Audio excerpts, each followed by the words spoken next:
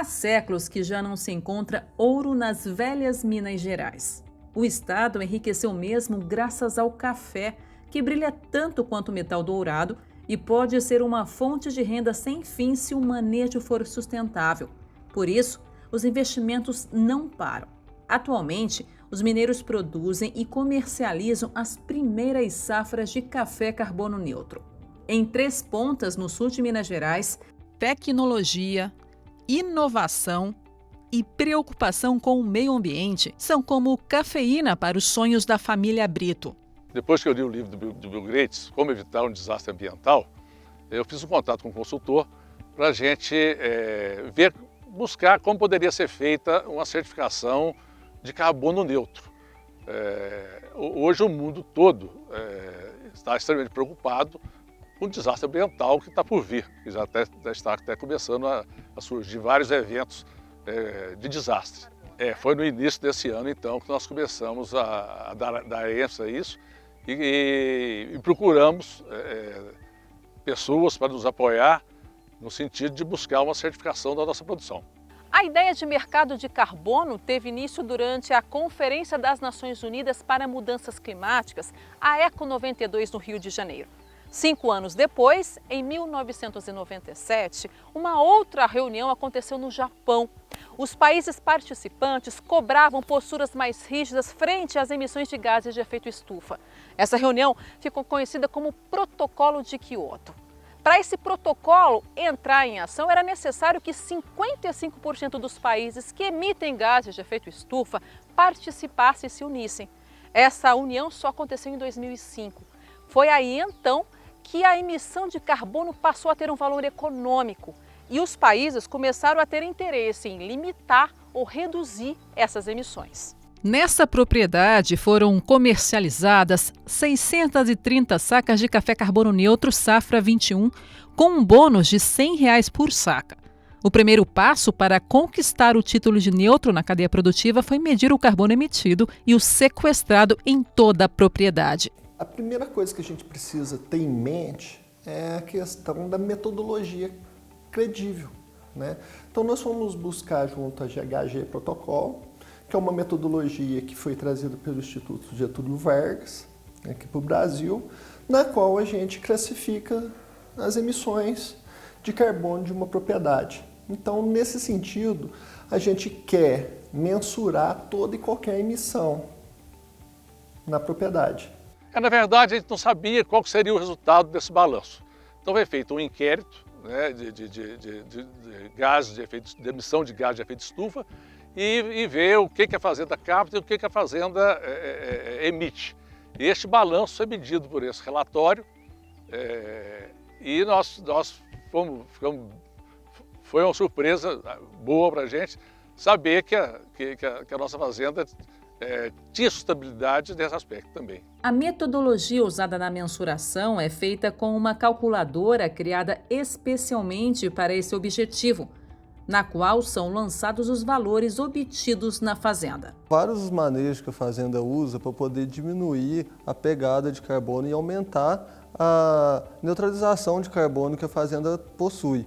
Ela faz uso de manejo de mato, né, adubação verde, faz as roçadas alternadas, usa baixíssimo nível de herbicida, certo? Tudo isso equivale basicamente a 1/3 de uma pastagem forrageira tradicional. Quando a gente fala de escopo 1, outro ponto que valorizou e muito o sequestro mesmo da fazenda foi o uso baixíssimo de adubação nitrogenada. Eles complexam a amônia dentro da própria fazenda e fazem uso também de produtos biológicos. Tudo isso diminui muito o uso de nitrogênio e aumenta a neutralização da fazenda. Os resultados são revelados para o produtor rural só no inventário. Ao eu terminar esse inventário, nós vamos dar caminhos para o produtor, falar assim, olha, se eu não conseguir neutralizar, o que eu preciso para fazer? Tá certo? E chegar numa quantidade de carbono que ele emite. Então, o máximo que ele vai conseguir é neutralizar. Um crédito de carbono representa a não emissão de 1 tonelada de carbono na atmosfera. No campo, dentro da porteira, tudo precisa ser medido, mensurado, desde os manejos sustentáveis utilizados até a energia, por exemplo. É aí que vai se formar o que é chamado de inventário das emissões. No mercado de carbono, quanto mais sustentável, mais positiva a situação do produtor. A Fazenda Sete Cachoeiras investiu nesse quesito desde sua formação. Agora, colhe os frutos dessa escolha, como explica o engenheiro agrônomo responsável. Aqui nós fizemos vários manejos complementares. Nós começamos fazendo com reciclagem da própria matéria orgânica vindo da poda do café, né? A gente faz essa reciclagem. Colocamos planta de cobertura no sistema, que é, no caso aqui, Braquiária rusiziensis.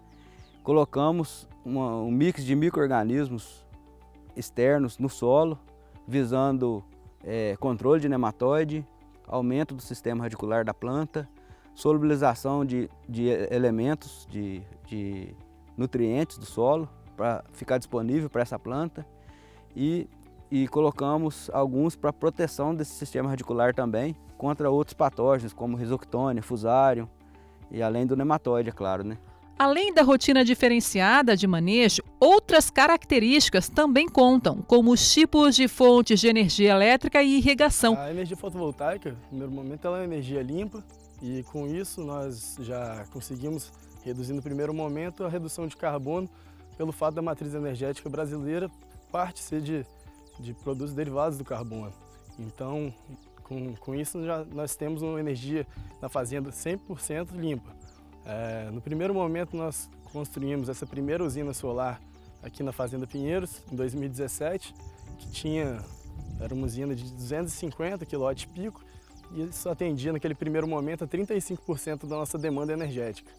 E na sequência, nesse ano de 2021, nós ampliamos nossa matriz energética e construímos outras 3 usinas solares e hoje nós temos uma capacidade de geração de 650 kW-pico que nos faz uma fazenda autossuficiente. O café irrigado ele vai estar o tempo todo fazendo fotossíntese, no máximo que pode a planta, porque você mantém níveis de água que propiciam a planta a produzir mais matéria seca, mais produção. Então eu tenho mais fotossíntese sendo feita por hectare. Conclusão, eu estou sequestrando mais CO2 do que uma lavoura que está em estresse repousando. Com o inventário em mãos, é a hora de entender a situação da propriedade. Como está a chamada pegada de carbono? Será que ainda há necessidade de fazer compensação? A primeira coisa que você faz é originar o crédito. Então eu, como Carbonext, hoje tenho projetos de preservação,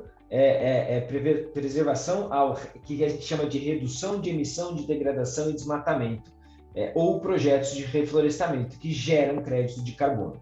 Gerou esse crédito, a gente tem todo um órgão certificador, como eu falei, o Verra, onde ele certifica com 2 auditorias, com empresas diferentes, falando o seguinte: realmente tudo isso que foi proposto pela empresa, pela Carbonext, foi cumprido. E aí a gente recebe esse crédito. A partir do momento que esse crédito a gente recebe, dentro da nossa conta no Verra, nesse órgão certificador, a gente ia analisando a pegada de carbono de uma fazenda. Por exemplo, uma fazenda que tem a pegada de 2 toneladas, por exemplo, por hectare, a gente faz a compensação. A partir do momento que a gente entendeu essa pegada para fazer a compensação, eu vou lá no Verra e falo: aquele crédito de carbono, aquelas 2 toneladas que foram geradas pelo projeto X, foram compensadas e assim esse crédito foi aposentado, quer dizer, sai de circulação, para que você possa ter todo esse controle, para que a gente não tenha dupla contagem, porque um crédito que nasceu foi compensado por um crédito que foi emitido. São vários os motivos que permitiram os certificados de sustentabilidade da Fazenda Sete Cachoeiras. Um deles, inclusive, é a formação desse corredor ecológico que protege a fauna e a flora do local. Aqui foram plantadas pelo menos 7.000 árvores. Plantar árvores ou preservar um corredor ecológico auxilia na compensação de emissões. Assim, o produtor zera, ou seja, neutraliza seu débito de carbono. Mas e depois? Como vender o produto que tem esse diferencial? Nós soubemos que tinha uma trade que estava fazendo um trabalho desse no Cerrado. E tão logo a gente obteve a certificação, nós fizemos contato. Nós fizemos contato com várias com vários compradores, com várias trades. E essa trade, que já tinha feito o primeiro negócio, se interessou muito e foi adiante conosco, nós conseguimos fechar uma venda rapidamente para eles. Sete Cachoeiras já é um parceiro antigo da nossa operação, a gente já tem conhecimento de todas as boas práticas que a fazenda aplica há muitos e muitos anos. E o processo aconteceu quando o Renato nos procurou informando que tinha obtido esse certificado de neutralização de carbono, e aí a gente decidiu investir nesse projeto e tentar levar esse café para uma das unidades que a gente tem pelo mundo.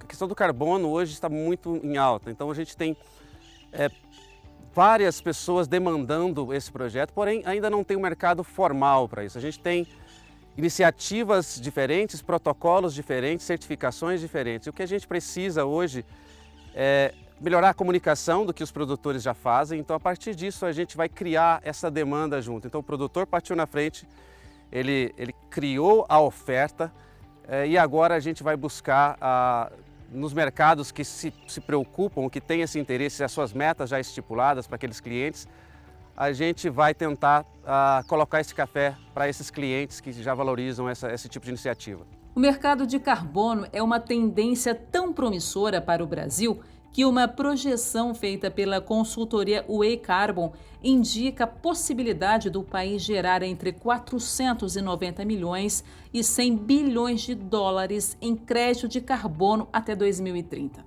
Por enquanto, essa conquista é de poucos, como a família Brito. Eu acho que valeu muito, principalmente para a gente, para a pessoa, né? Acho que é muito importante. Deixa a gente orgulhoso, transmite para a família toda, para os filhos, netos, né? Uma consciência de um manejo sustentável para o planeta. Planeta Campo. Patrocínio JBS. Alimentar a mudança é o nosso compromisso. UPL The Gigaton Challenge. Apoio SLC Agrícola, produzindo com eficiência e sustentabilidade.